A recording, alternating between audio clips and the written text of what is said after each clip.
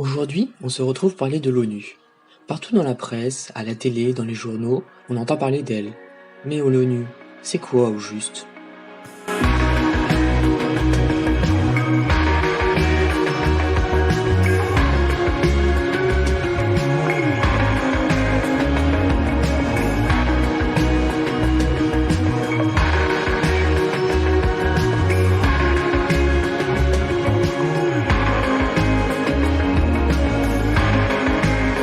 L'ONU, dont l'acronyme signifie Organisation des Nations Unies, est une organisation internationale indépendante basée à New York et qui a pour but de préserver la paix dans le monde et la sécurité internationale.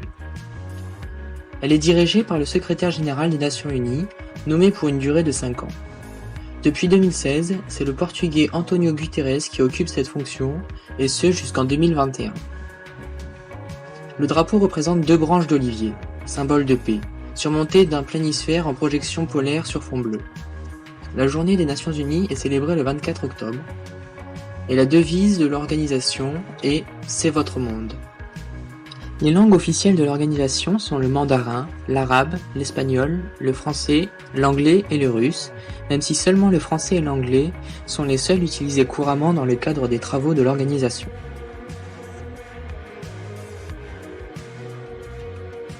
Avant l'ONU, suite à la Première Guerre mondiale, une organisation du même genre est créée sous l'impulsion de la France et du Royaume-Uni. C'est la Société des Nations. Cependant, cette organisation fut un échec total. En effet, le déclenchement de la Seconde Guerre mondiale mena à sa perte. L'expression Nations Unies est utilisée pour la première fois le 1er janvier 1942 par le président américain de l'époque, Franklin Roosevelt, lors de la Déclaration des Nations Unies, où 26 pays s'engagent à combattre les puissances de l'Axe. L'ONU telle qu'on la connaît aujourd'hui voit le jour à la fin de la Seconde Guerre mondiale, lors de la conférence de San Francisco en 1945, où 50 pays élaborent la Charte des Nations Unies.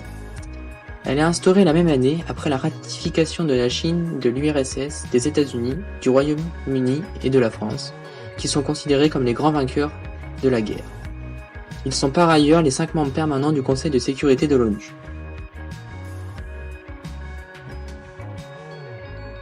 À l'origine, l'ONU a été créée dans le but d'éviter une nouvelle guerre mondiale après les 2 premiers conflits mondiaux qui ont entaché le XXe siècle. Les principales actions de l'ONU dans le monde aujourd'hui sont le maintien de la paix et de la sécurité internationale, la protection des droits de l'homme, l'apport d'aide humanitaire dans les zones en conflit, la promotion du développement international et la protection du droit international. Depuis le début du siècle, la préoccupation majeure de l'organisation est le développement durable, qui est inscrit dans ses objectifs du millénaire pour la période 2000-2015 et dans ses objectifs pour le développement durable sur la période 2015-2030.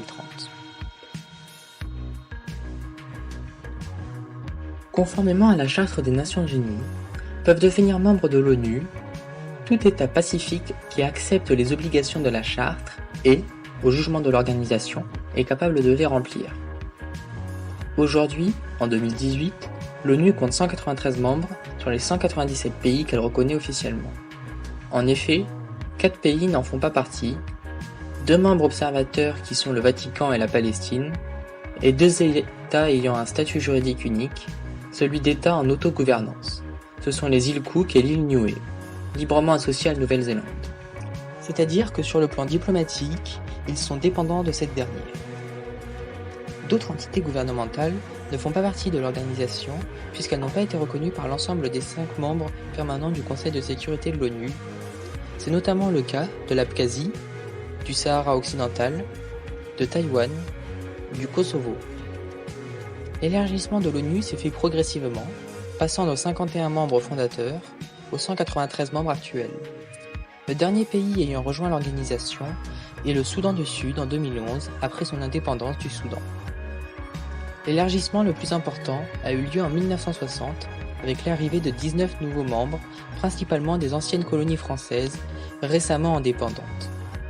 Il s'agit du Cameroun, de la République centrafricaine, du Tchad, du Congo, de la République démocratique du Congo, de Chypre, du Dahomey, du Gabon, de la Côte d'Ivoire, de Madagascar, du Mali, du Niger, du Nigeria, de la Somalie, du Togo et du Burkina Faso.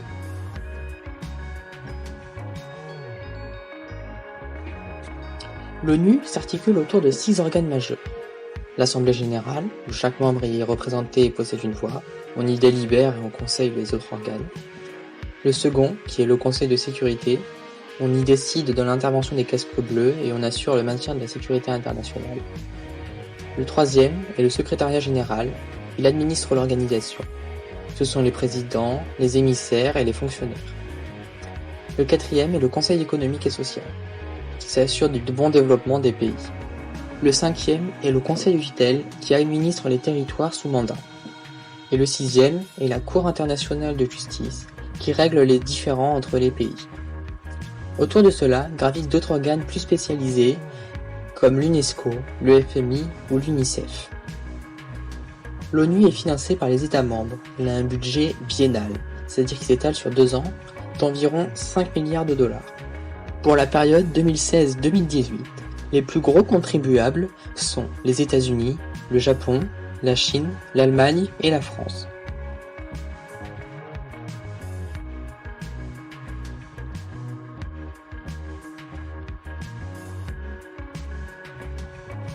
Aujourd'hui, l'ONU reste l'organisme le plus important au monde. Elle est présente partout sur le globe à travers diverses missions. Les missions de maintien de la paix avec les casques bleus, principalement en Afrique et au Proche-Orient, les missions de développement des pays en difficulté, les nombreuses réalisations de ses filiales, comme le patrimoine mondial de l'UNESCO, mais aussi les camps de réfugiés en zone de guerre. Elle reste aussi le principal lieu de pourparlers internationaux et de diplomatie, afin de préserver la paix mondiale et la sécurité internationale.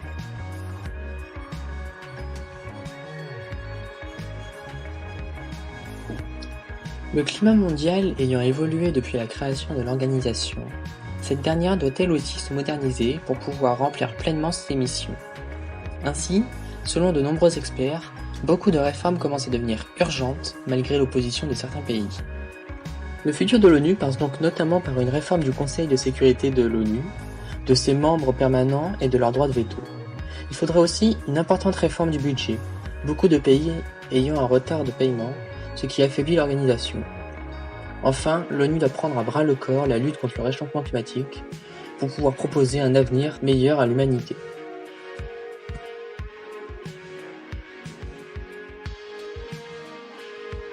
L'ONU essuie aussi souvent de nombreuses critiques. Beaucoup l'accusent de vouloir créer une gouvernance mondiale. D'autres critiquent le laxisme de l'ONU envers les dictatures. En effet, par exemple, l'Assemblée générale des Nations unies avait décidé d'observer un moment de silence en l'honneur nord-coréen Kim Jong-il à la suite de sa mort en 2011. De nombreux diplomates occidentaux ont critiqué cette décision. De gros problèmes d'espionnage existent aussi. En effet, la CIA est accusée de vol de données au profit des États-Unis, de nombreux diplomates siégeant à New York. La bureaucratie onusienne est aussi critiquée. Donald Trump avait qualifié l'ONU de club où les gens passent du bon moment et avancé que l'ONU doit se concentrer plus sur les gens et moins sur la bureaucratie, lors de son discours au premier jour de l'Assemblée annuelle de l'ONU.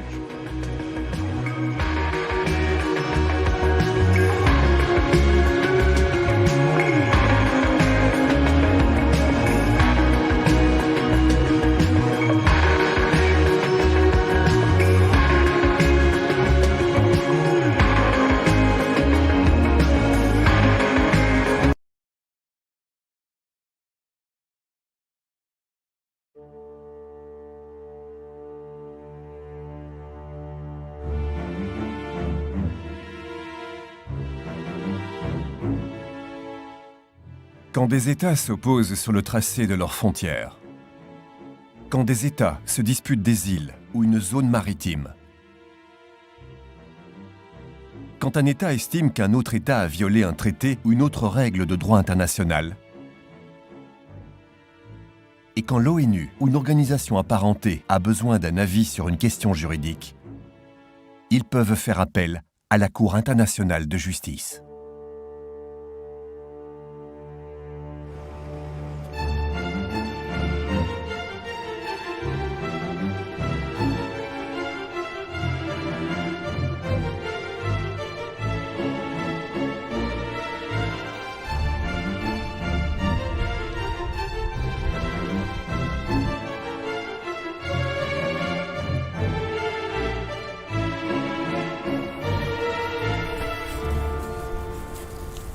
La Cour internationale de justice, ou CIJ, a son siège aux Pays-Bas, et plus précisément au Palais de la Paix, à La Haye.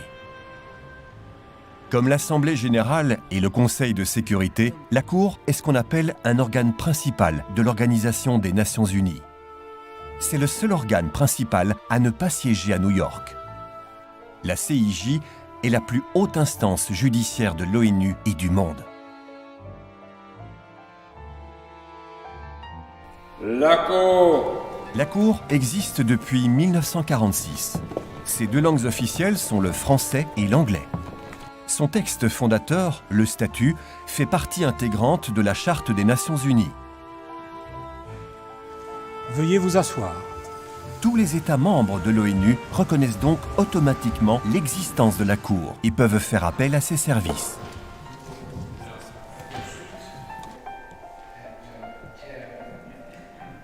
La CIJ est l'héritière d'une autre cour, créée en 1922 par la Société des Nations, la Cour permanente de justice internationale. Entre 1922 et 1940, la Cour permanente a traité une soixantaine d'affaires. Elle fut dissoute après la Deuxième Guerre mondiale.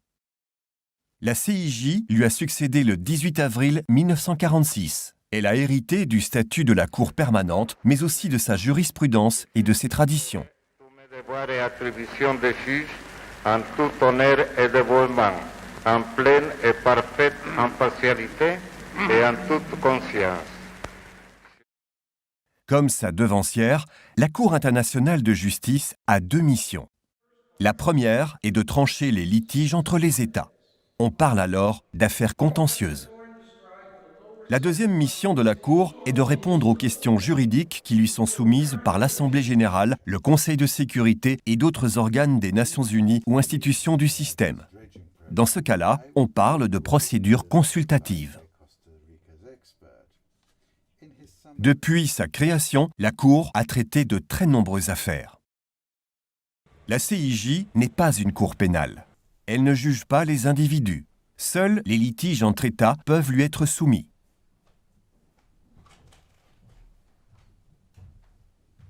La Cour se compose de 15 juges. Ils sont élus pour 9 ans par l'Assemblée générale et le Conseil de sécurité.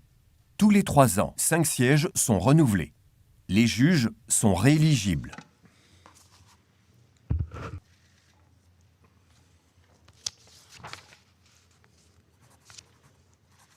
Mr. Mohammed Bennouna, Mr. James Richard Crawford, Ms. Joan E. Donoghue, Mr. Kirill Kevorkian and Mr. Patrick Lipton Robinson have been elected to the International Court of Justice for a term of office of 9 years, beginning on 6 February 20.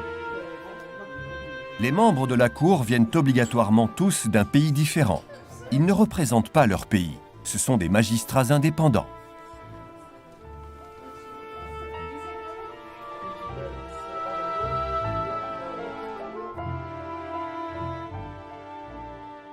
Je déclare solennellement que je remplirai mes devoirs et exercerai mes attributions de juge en tout honneur et dévouement, en pleine et parfaite impartialité et en toute conscience.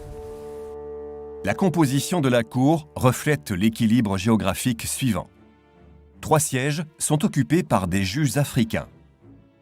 2 sièges par des juges d'Amérique latine et des Caraïbes. 3 autres par des juges asiatiques. 5 sièges sont occupés par des juges occidentaux. Et 2 par des juges d'Europe orientale.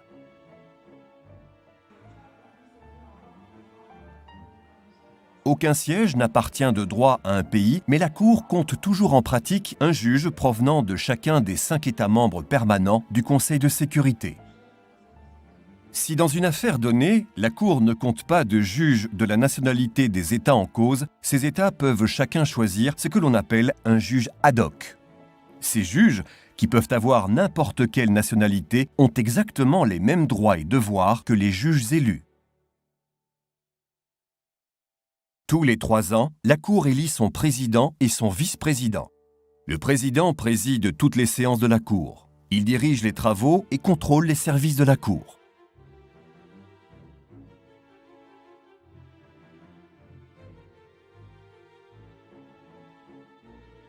de m'adresser à vous. Chaque année, il présente un rapport sur les activités de la CIJ devant l'Assemblée générale à New York. De l'intérêt que votre Assemblée manifeste pour la Cour et du soutien qu'elle lui apporte. La Cour est administrativement indépendante. Elle est le seul organe principal des Nations Unies à ne pas être assisté par le secrétariat de l'ONU.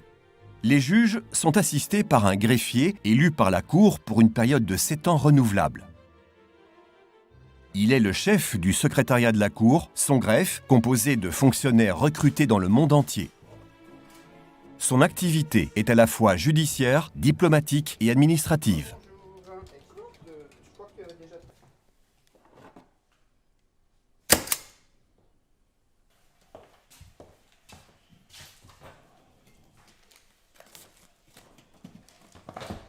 La première mission de la Cour est de juger les différends juridiques entre les États.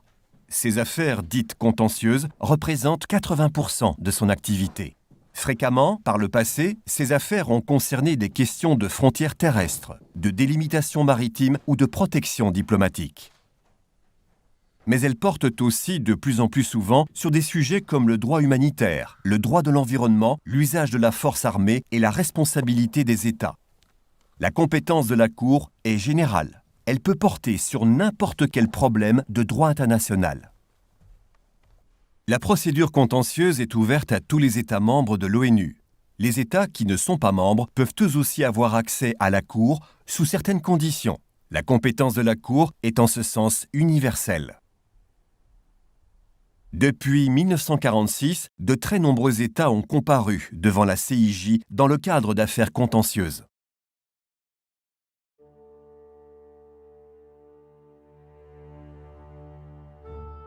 Les États sont souverains. Ils sont libres de choisir comment résoudre leurs différends. La Cour ne peut donc traiter d'une affaire que si les États en cause ont librement accepté de venir devant elle. Le plus souvent, les États viennent devant la Cour en application d'un traité international. Une fois la Cour saisie, la procédure a lieu en 2 phases.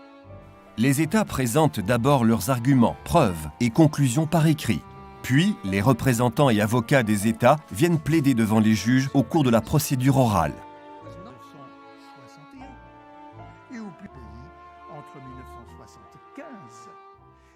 Costa Rica requests the court to dismiss all Nicaragua's claims in this proceeding. Nicaragua requests from the court to A. Dismiss and reject the requests and submissions of the Republic of Costa Rica. La Cour se retire ensuite pour entamer son délibéré. Ces délibérations sont secrètes. Les décisions de la Cour sont prises à la majorité des juges présents. En moyenne, le délibéré dure de 4 à 6 mois. Chaque arrêt est rendu dans les 2 langues officielles de la Cour. Il est reproduit en quelques exemplaires scellés dont une copie est remise à chacun des États concernés. Les arrêts sont lus en séance publique.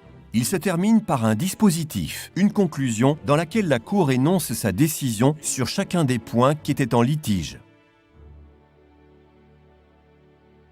For these reasons, the court, 1, by 14 votes to 2, rejects the preliminary objection raised by the... Par ces motifs, la Cour 1. Par 14 voix contre 2, rejette l'exception préliminaire soulevée par la République. Tous les arrêts de la Cour sont définitifs et sans appel. Il convient de souligner qu'en venant librement devant la Cour, les États concernés prennent ipso facto l'engagement de respecter ces décisions, qui sont toutes obligatoires pour les parties. La quasi-totalité des arrêts de la Cour ont d'ailleurs été appliqués. Si un État refuse d'appliquer une décision de la Cour, l'État adverse peut recourir au Conseil de sécurité, qui peut, en vertu de l'article 94 de la Charte des Nations Unies, faire des recommandations ou prendre des mesures pour faire exécuter l'arrêt.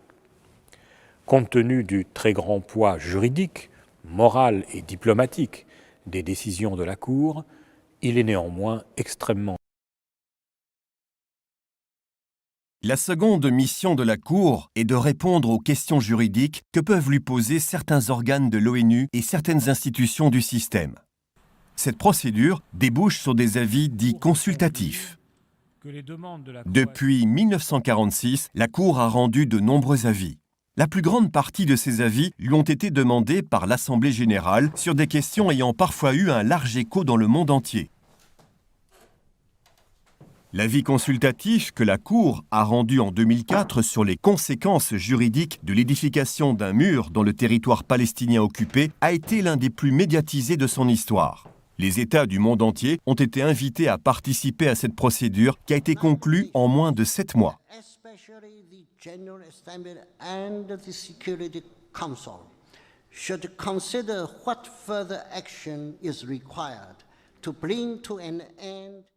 Contrairement aux arrêts, les avis consultatifs de la Cour n'ont pas comme tels d'effet obligatoire. Il appartient aux organes et institutions spécialisés de l'ONU, qui les ont demandés, de leur donner la suite qu'ils entendent. En tout état de cause, l'autorité juridique et morale de la Cour leur donne un point important. Et le fait que ces avis soient pris en compte par les États et les organisations internationales dans leur pratique juridique contribue au développement du droit international.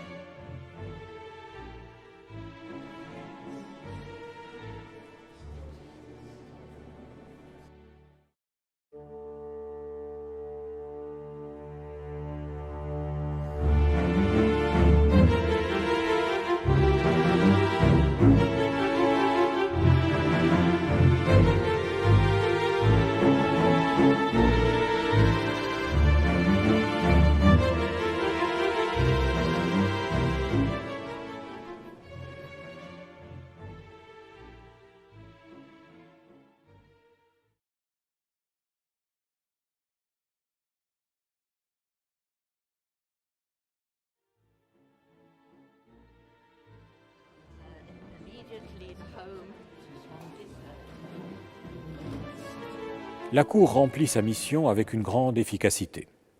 Elle peut prendre une ordonnance urgente en quelques jours ou semaines, rendre un avis consultatif en quelques mois, et elle tranche en moins de 5 années la très grande majorité des affaires contentieuses très complexes qui lui sont soumises.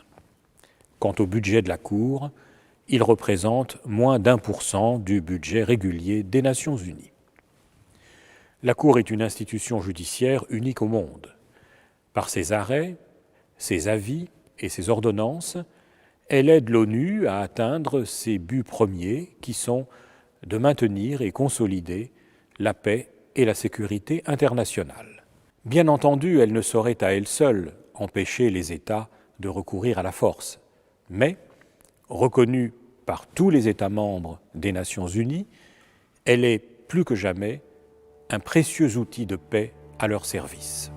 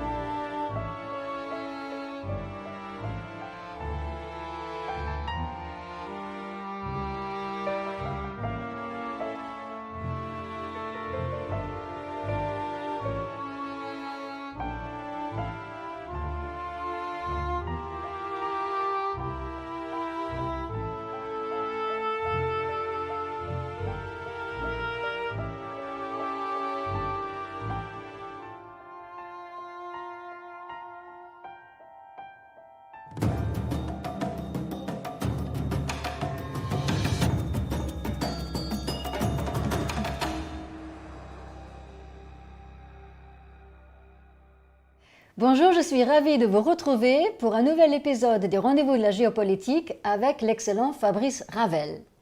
Pour cette séance, nous avons choisi d'aborder une thématique qui concerne un acteur de la géopolitique que nous n'avons pas encore évoqué dans le cadre de nos séances précédentes, mais dont nous avons souligné que le rôle devrait être déterminant, voire indispensable, dans la conclusion de notre problématique relative à la démographie.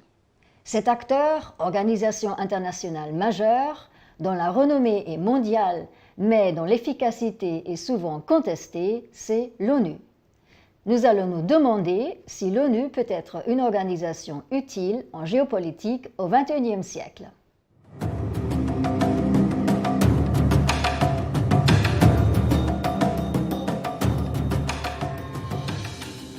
Bonjour Fabrice.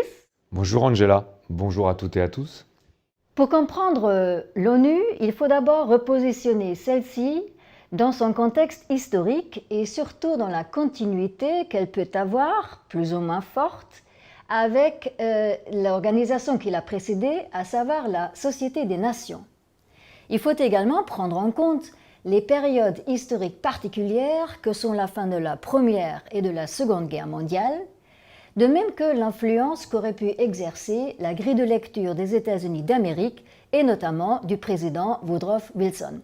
Oui, vous avez totalement raison. Alors, comme on en a l'habitude, je pense que nos auditeurs ou nos étudiants ne seront pas surpris. On cherche toujours à repositionner une problématique ou une thématique. En géopolitique, c'est un grand classique, dans le cadre historique. Et là, c'est vrai que le cadre historique tel que vous le soulignez, on va y revenir très très vite, c'est la Société des Nations qui a été créée en 1920.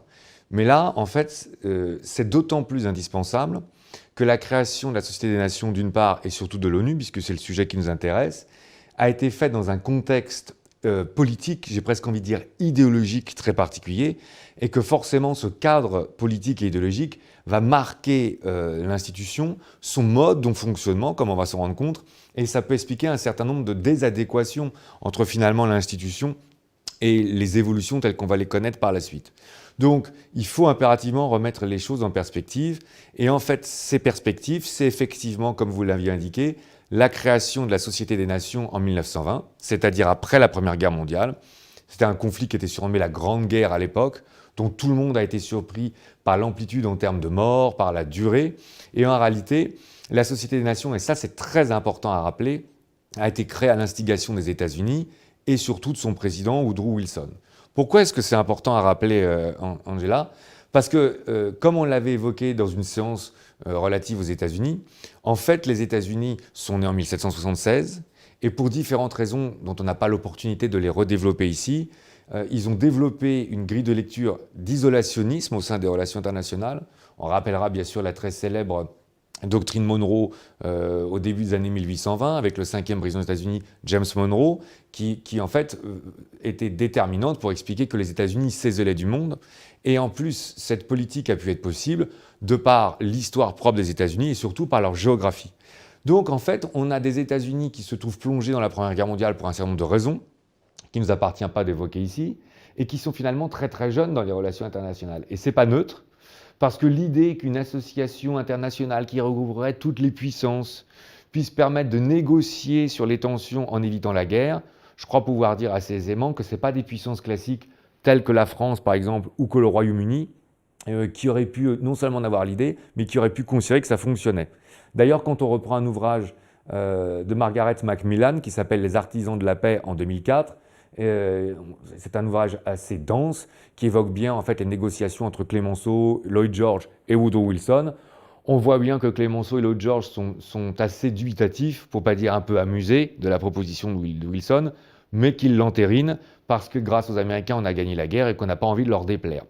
Donc ça, c'est très important à rappeler. C'est vraiment une construction américaine et dès le départ, ça porte le sceau d'un pays dont la connaissance des relations internationales est assez limitée.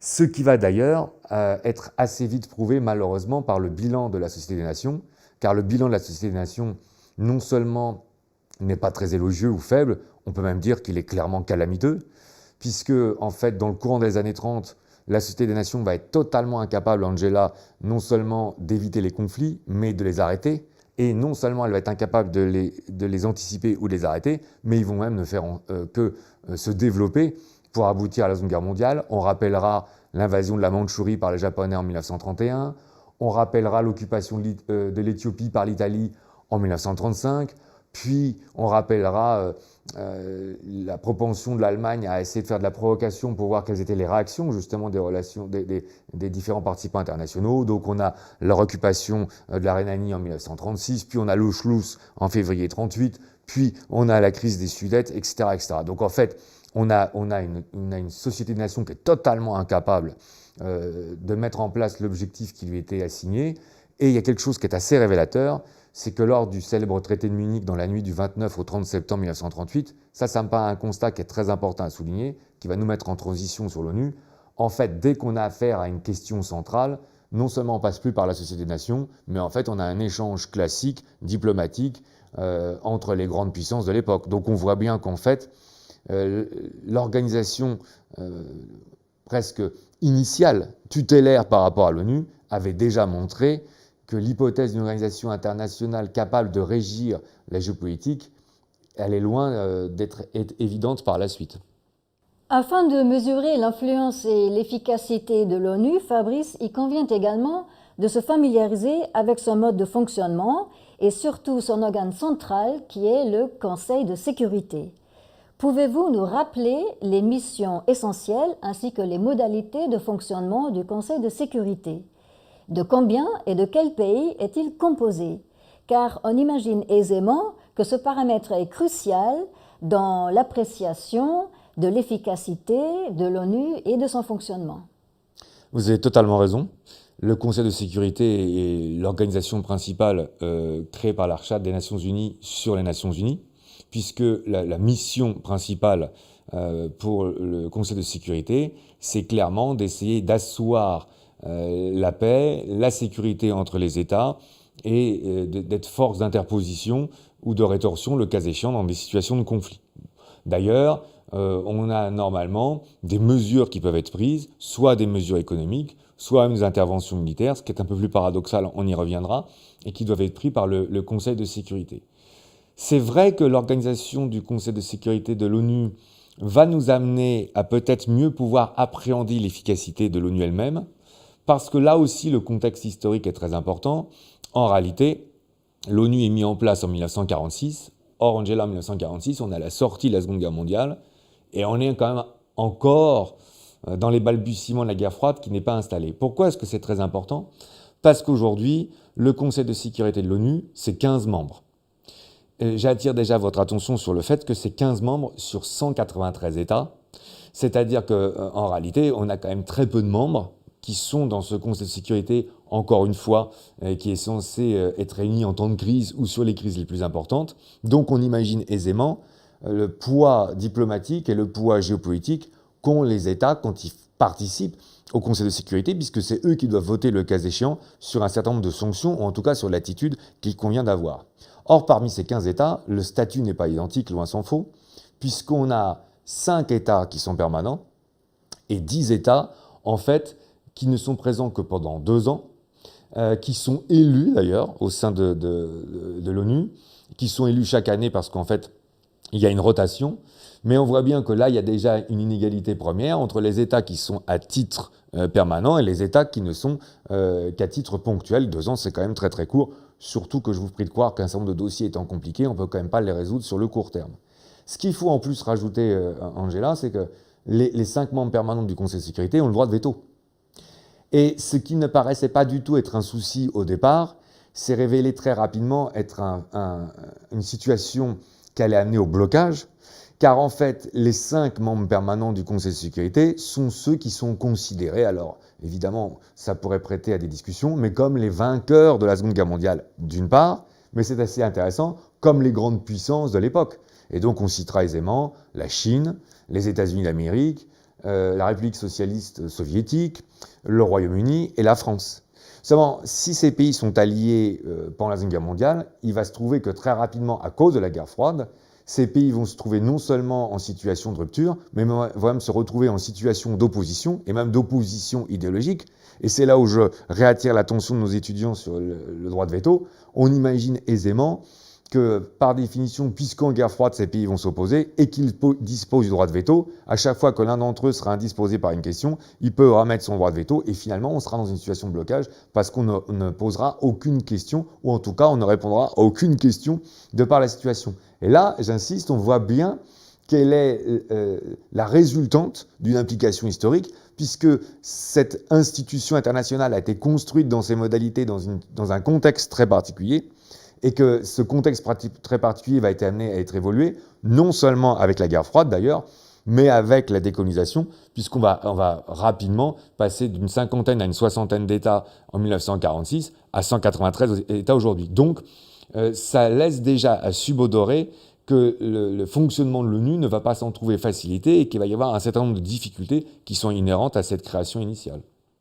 Si l'on se base maintenant sur les activités de l'ONU depuis sa création à la fin de la Seconde Guerre mondiale, quels seraient pour vous, Fabrice, les moments clés que celle-ci aurait rencontrés et est-ce que vous considérez qu'elle a remporté des succès majeurs? Alors ça, c'est la vraie question. Je trouve que c'est une question qui est d'autant plus intéressante que, comme on l'avait évoqué dans nos propos en guise de préambule, c'est vrai que l'ONU aujourd'hui pourrait avoir un rôle majeur sur des questions, on y reviendra en conclusion, dont on voit bien qu'elles sont clairement internationales. On avait évoqué la démographie, on pourra évoquer aussi l'écologie. On voit bien que ce ne sont pas des questions qui peuvent être résolues sur des parties du monde isolées ou par quelques puissances. Il y a aussi un autre paramètre qui nous a conduit à traiter ce sujet, c'est qu'il y a quelques jours, il y a plusieurs jours, le 24 septembre 2019, on a une assemblée générale de l'ONU qui s'est rassemblée. Mais si vous me permettez, Angela, et c'est déjà un commencement de réponse à votre question, ce qui était assez frappant, quand on écoutait les chaînes d'information continue en France ou même dans le monde anglo-saxon, finalement, cette assemblée générale se réunit dans l'indifférence quasi générale. La plupart des journalistes eux-mêmes commentent la première journée en disant « c'est une litanie de discours ». On voit bien d'ailleurs les plus grands chefs d'État qui se suivent les uns les autres à la tribune de l'ONU.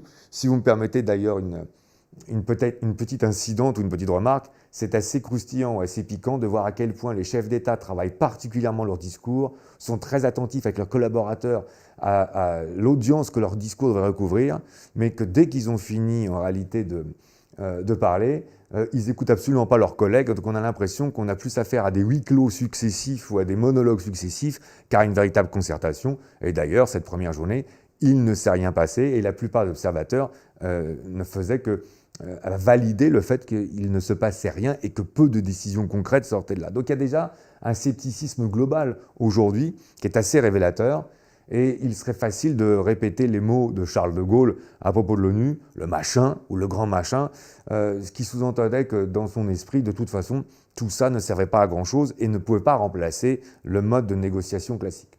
Alors évidemment, on ne peut pas s'arrêter à ce seul constat, même si déjà il est assez...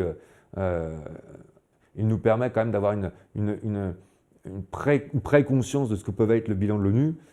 Mais franchement, à l'instar de la SDN, le bilan de l'ONU depuis 1946 n'est pas extraordinaire, si on veut rester dans l'euphémisme.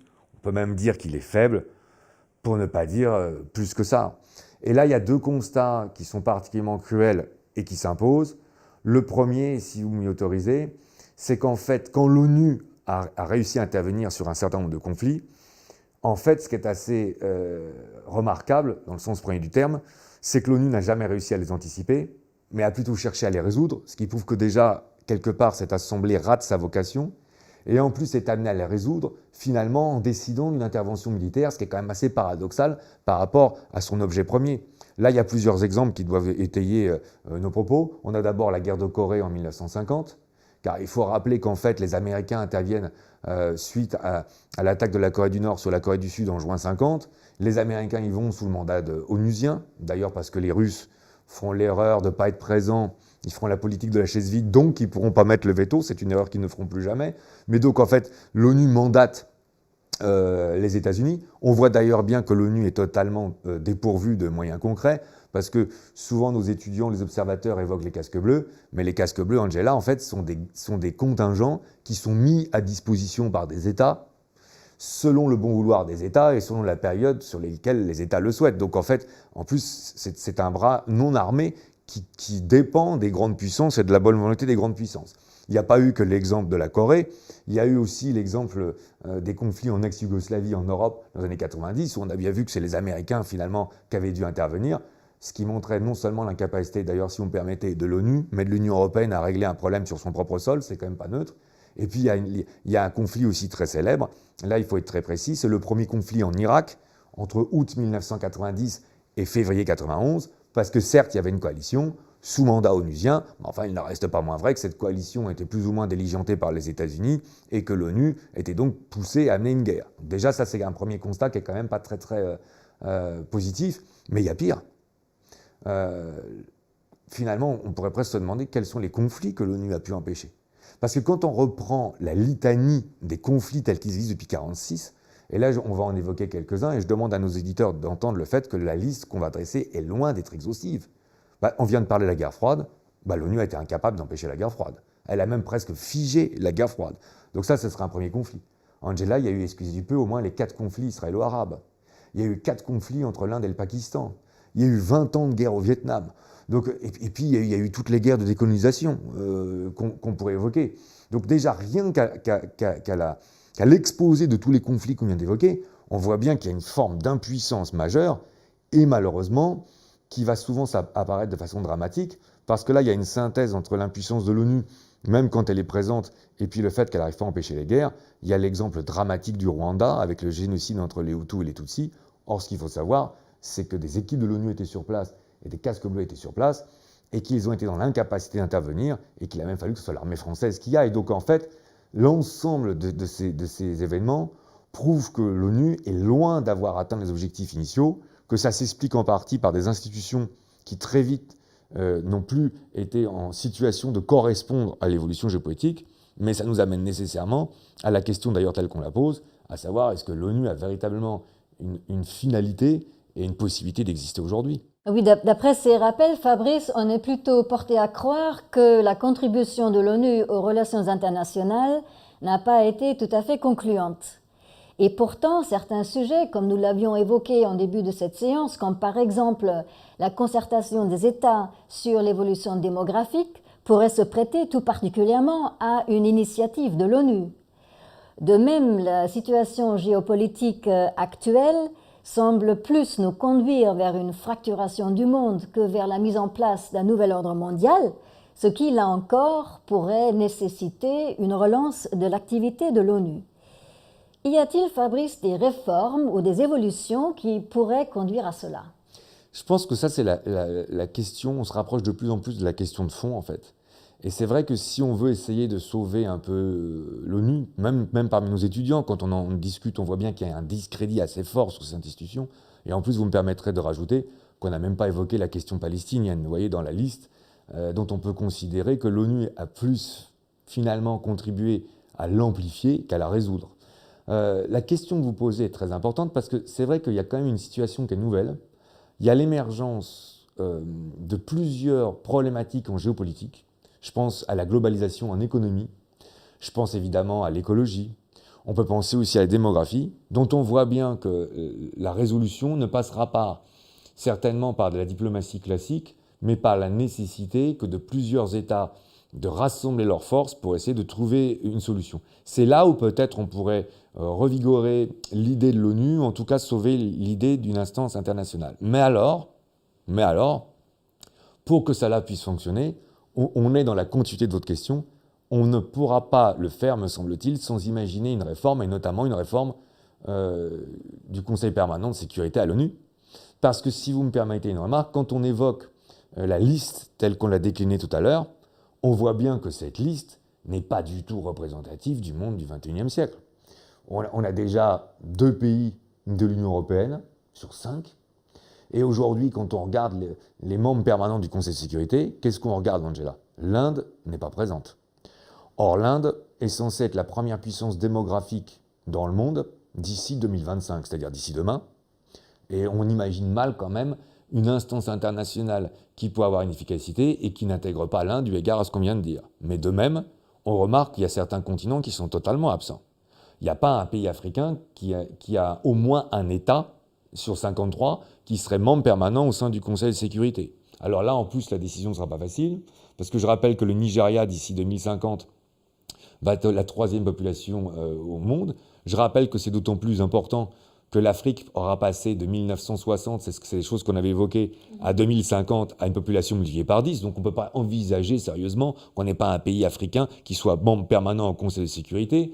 De même qu'on peut s'interroger sur l'absence du Japon, qui reste quand même une des puissances économiques majeures. Et enfin, de voir aussi qu'il n'y a pas de pays d'Amérique du Sud, et on pense notamment au Brésil. Donc ça sous-entend que là, c'est d'ailleurs des idées qui sont évoquées par les pays eux-mêmes et par d'autres, on aurait besoin de totalement remanier le Conseil de sécurité dans sa composition, ce qui va d'ailleurs amener une question très importante pour les Européens, parce que là aussi il y a une question qui se pose. Si ce Conseil de sécurité s'élargit et que l'Union européenne, dont la vocation et la prétention est d'exister davantage au niveau géopolitique, se perpétue, comment justifier que la France, par exemple, ou que le Royaume-Uni ait des sièges à eux deux et que l'Union européenne n'en ait pas, d'autant plus que l'Allemagne, aujourd'hui, qui est la plus grande puissance économique en Europe, est totalement légitime pour elle aussi avoir un siège au Conseil de sécurité. Donc il n'y aurait plus qu'un siège pour l'Union européenne dans cette configuration-là, mais dont cette situation serait particulièrement difficile à cause de la perspective du Brexit. Je ne sais pas si vous voyez déjà l'ensemble des modifications. Mais là où ça me paraît encore plus important, Angela, si vous voulez bien, c'est que je pense que ça nous amène vraiment dans le cœur du sujet. Parce que le cœur du sujet, quel est-il finalement ? La question qu'on peut se poser, c'est est-ce que l'ONU ne reste pas plus à la mode aujourd'hui, plus un moyen politique pour les pays européens en particulier, qui étant en déclin quand même sur la scène géopolitique, ont une vraie affection par l'ONU parce qu'ils gardent une puissance qu'ils n'ont plus dans la réalité des relations internationales. Mais là, on serait sur un paradoxe, car les Européens voulant sauver l'importance de l'ONU seraient amenés à amenuiser leur propre potentiel au Conseil de sécurité pour permettre à l'ONU de survivre. Donc là, on voit bien une sorte de paradoxe et de contradiction. Ça me paraît important d'insister. On serait dans une sorte de mouvement pendulaire où en même temps que les Européens donnent de plus en plus de crédit à l'ONU, les Américains, finalement, eux, lui en donnent de moins en moins, parce qu'ils sont de plus en plus, eux, dans une grille de lecture classique ou unilatérale. De ce point de vue-là, il y a un exemple dont j'ai le sentiment qu'il est particulièrement important à souligner, notamment en France, c'est le fameux discours en février 2003 de Dominique de Villepin. C'est un discours qui est très très célèbre, dans lequel la position consiste à dire que la France, à juste titre d'ailleurs, ne souhaite pas qu'il y ait un deuxième conflit en Irak. En France, on se souvient toujours de ce discours parce qu'il était très emphatique, qu'il avait une très grande dimension lyrique et que d'ailleurs, il faut être honnête, Dominique de Villepin l'a formidablement porté. Mais si on est un peu plus attentif à la situation, Angela, qu'est-ce qu'on remarque ? Ce discours était magnifique, mais en réalité, est-ce qu'il a empêché les Américains d'intervenir en Irak ? Non. Est-ce que finalement, on n'a pas vu que malgré l'ONU ou malgré ce discours, les Américains n'ont pas été quand même en Irak ? Donc en gros, c'est la preuve ultime de l'inefficacité de l'ONU. Et en plus, je trouve que c'est un point qui n'est pas assez souligné. Quelque part, ce discours n'était pas forcément aussi adroit, car nos Américains étaient nos alliés. Et en plus, devant l'Assemblée de l'ONU, faire un tel discours sans qu'il porte ses fruits, finalement, ça a montré le fait que la France était en train de perdre de son influence dans les relations internationales. Donc moi, j'ai souvent l'habitude de dire aux étudiants, c'était un magnifique discours, mais qui prouve in fine que, en fait, on avait moins de moyens d'influence qu'on était censé en avoir, et on l'a mis à nu, si vous le voulez bien. Et donc, ça m'amène à une question dont j'ai le sentiment qu'elle est au cœur du sujet tel qu'on l'évoque, et qui nous amène d'ailleurs sur une problématique qui me paraît essentielle au XXIe siècle, à savoir tant la SDN au XXe siècle que l'ONU dans la deuxième partie du XXe siècle ou aujourd'hui au XXIe siècle. Est-ce qu'une instance internationale qui est censée regrouper tous les États aujourd'hui dans un monde dont vous avez raison de rappeler qu'il est de plus en plus fragmenté ? C'était l'ouvrage de Thierry Garcin, La fragmentation du monde. C'est toujours difficile pour nos étudiants à comprendre parce qu'on parle de mondialisation, on parle de globalisation. Il y a une mondialisation et une globalisation technologique, économique, mais certainement pas géopolitique. Au contraire, aujourd'hui, on est sur des rivalités fortes. Donc je repose ma question en guise d'ouverture. Est-ce qu'une assemblée à vocation de rassemblement international, telle que l'ont été la SDN et telle que l'ONU aujourd'hui, finalement, est vraiment viable dans un monde géopolitique où on sait bien que c'est d'abord un monde de réalisme et dans lequel c'est le rapport de force entre grandes puissances qui finalement décide ou pas de la paix, de la pérennité de la paix ou de l'éventualité des conflits. Fabrice, pour finir notre séance, je propose à nos étudiants d'observer quelles seront les évolutions de l'ONU à l'avenir. Merci d'avoir partagé avec nous votre regard avisé sur ce sujet. Merci à vous. Et merci à vous de nous avoir suivis. Au revoir et à bientôt pour un prochain épisode des Rendez-vous de la géopolitique.